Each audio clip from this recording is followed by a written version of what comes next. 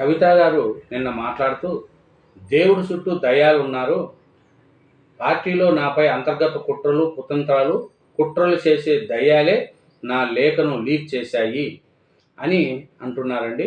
కవిత గారు కేసీఆర్ దేవుడు, ఆయనే మా నాయకుడు, నాన్నకు లేక ఎనుక వ్యక్తిగత ఎజెండా లేదు, రాసింది నేనే, తరచూ ఫీడ్బ్యాక్ ఇస్తుంటా, పార్టీలో అన్ని స్థాయిల వారు అనుకుంటున్న విషయాల్ని నేను లేఖలో ప్రస్తావించాను.